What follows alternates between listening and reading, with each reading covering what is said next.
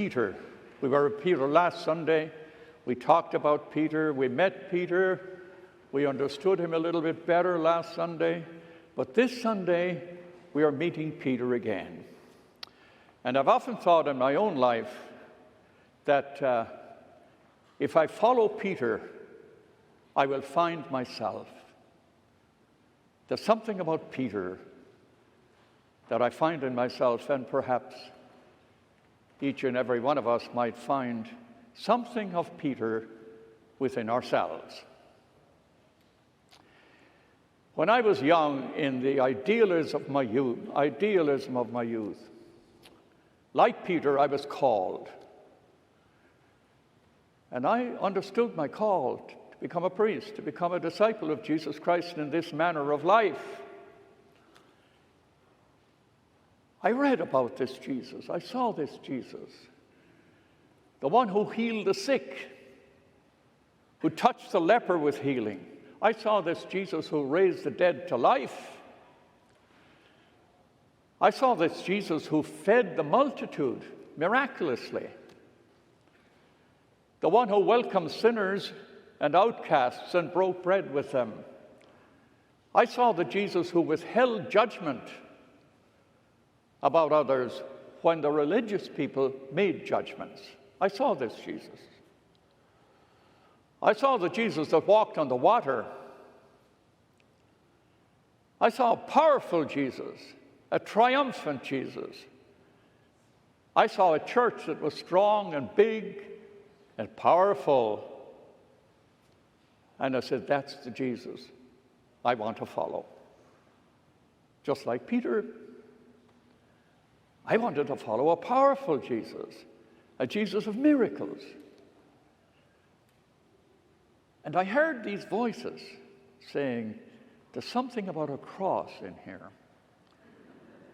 And this is the third time in today's gospel that Jesus will tell his disciples that he will go to Jerusalem, he will suffer, he will die, and he will rise from the dead. But they don't hear him. Maybe they don't want to hear him. I didn't hear him.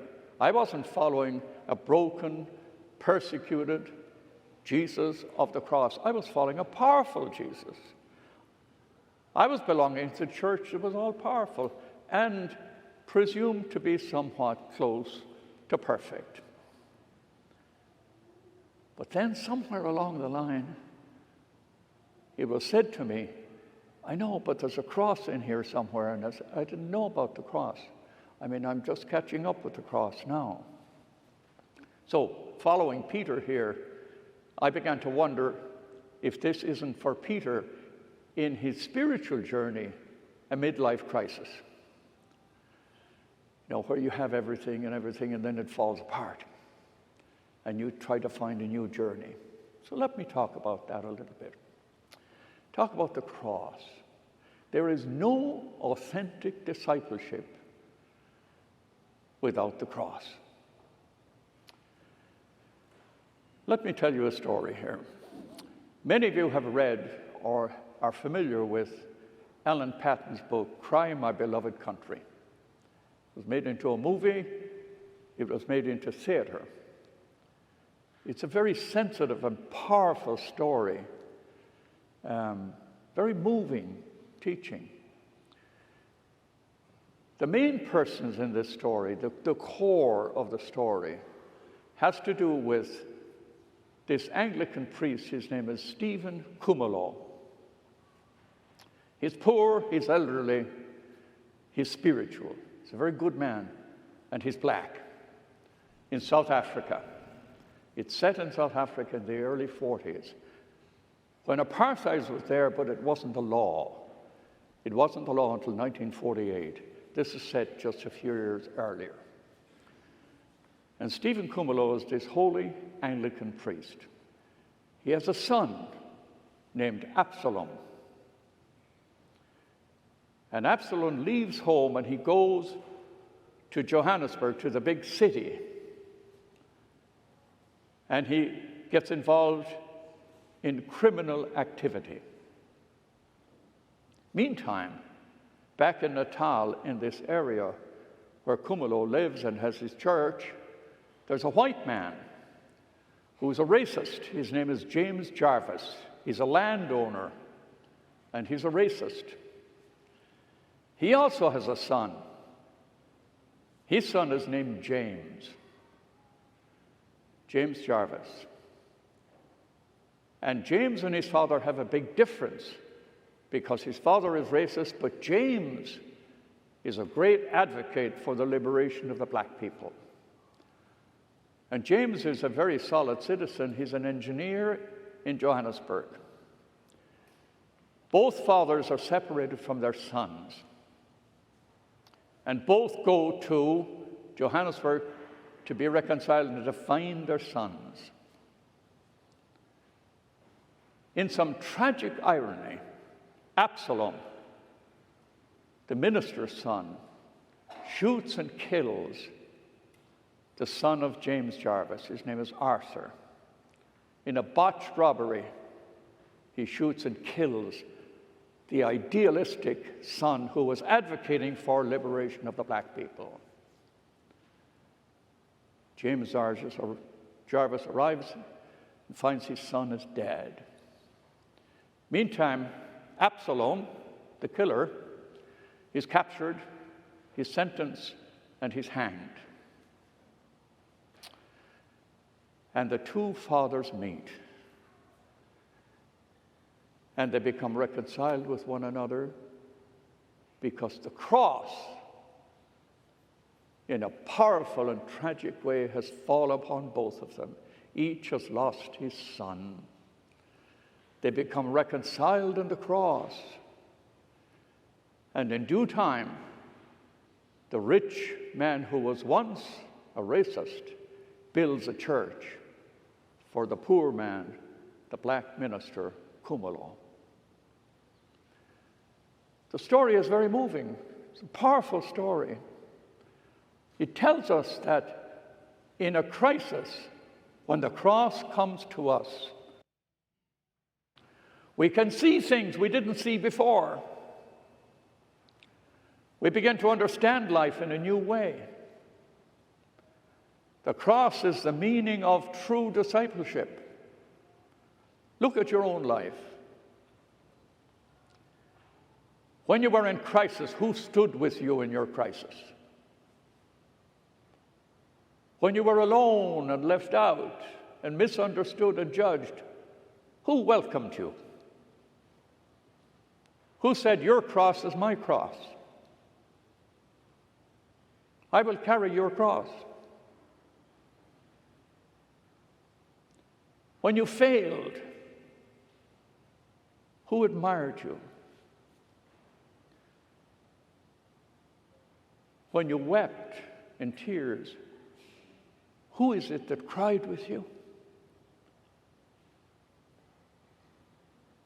Where does discipleship come to life? True discipleship comes to life in the shadow of the cross. That's where it happens. You've known this in your life. I have known it in my life.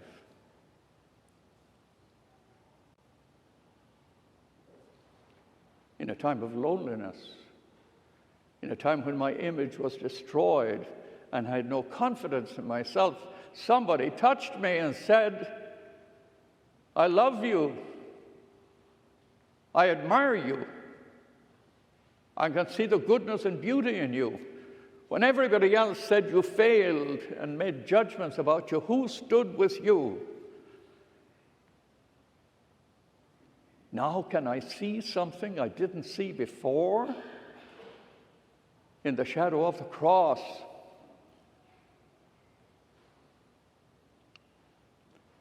That's the meaning of Jesus Christ calling us to say, we must go through the journey of the cross. It's the only way to redemption.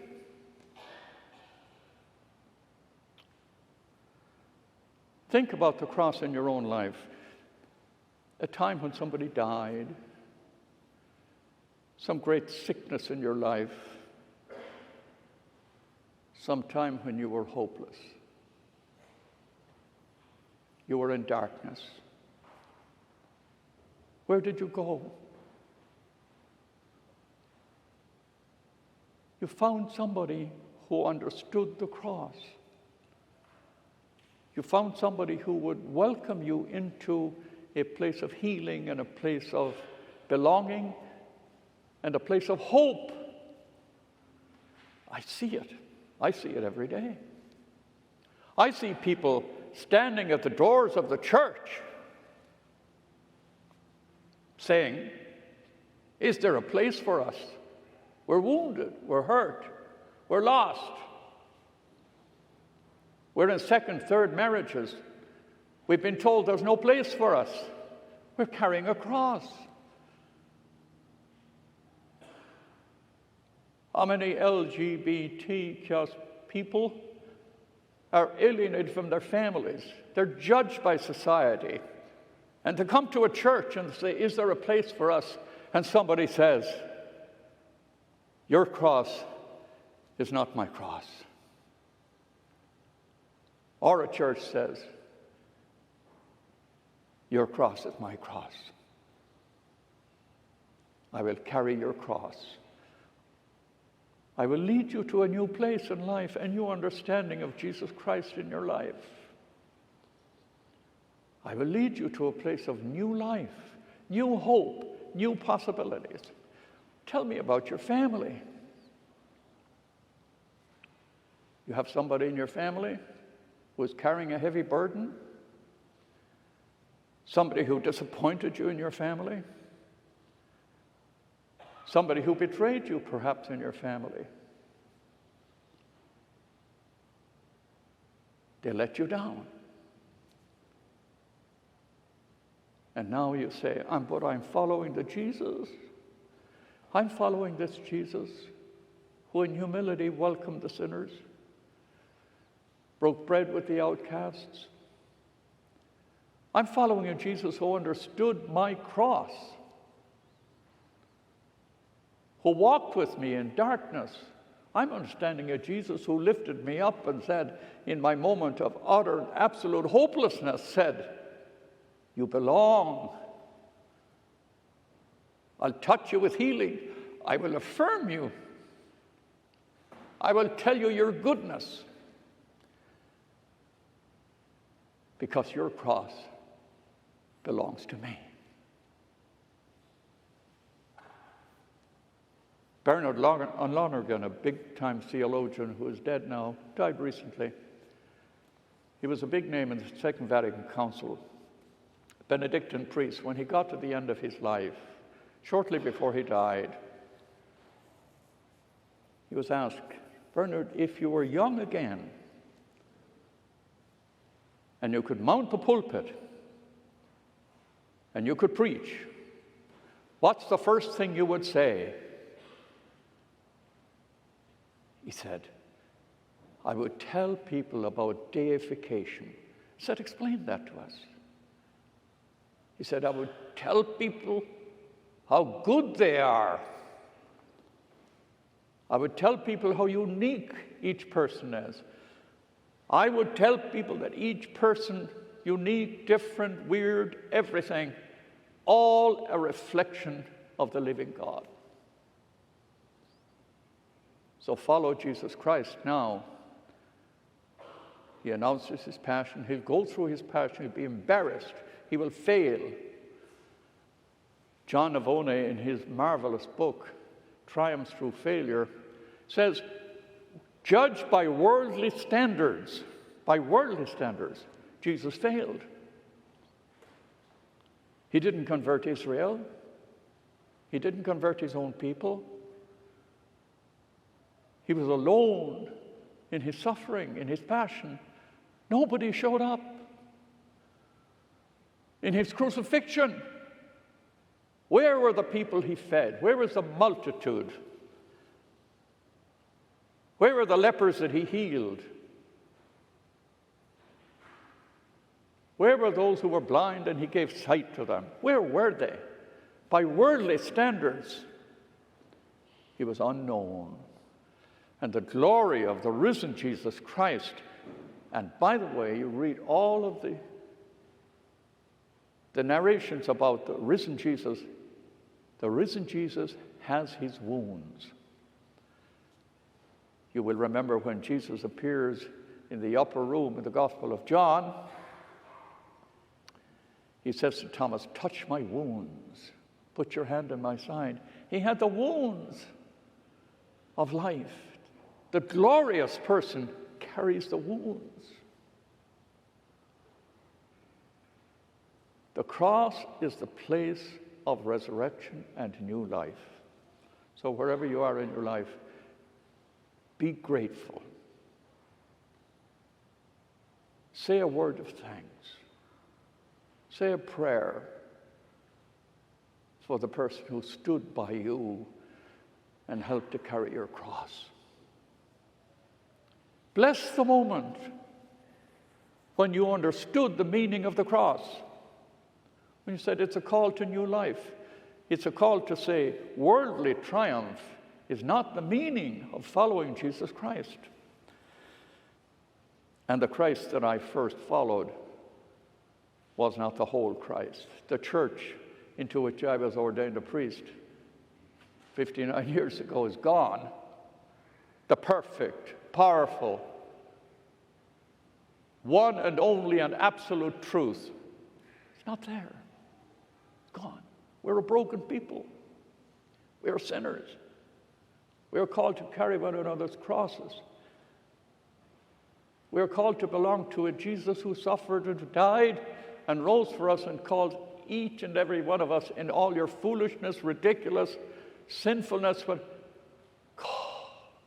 come and belong, because I carried the cross for you and I bore the wounds for you.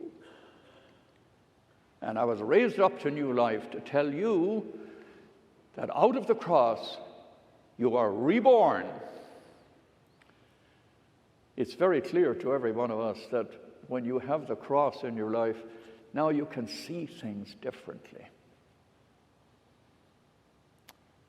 You relate to one another differently. Your needs are different. Your gratitude is different. Now you begin to understand that each and every one of us, we're all broken human beings,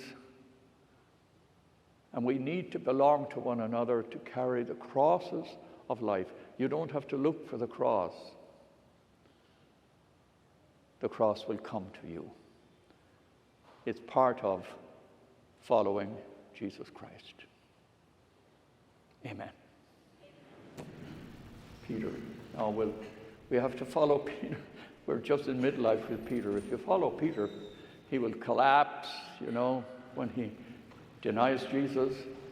But read the 21st chapter of the Gospel of John, where Jesus reconciles Peter. And he says, do you love me? And Peter said, Lord, I love you with a foolishness, a miserable human love. It's a broken human love. It's a human love that fails sometimes. And Jesus said, that's enough. Feed my lambs. Feed my sheep. That's enough. If it's enough for Jesus, the question is it enough for us? Is it enough for us in our families? The broken human. Is that enough? Is it enough in your marriage? Is it enough in your church? Oh, how wonderful it is in God's presence to be fully human. Amen.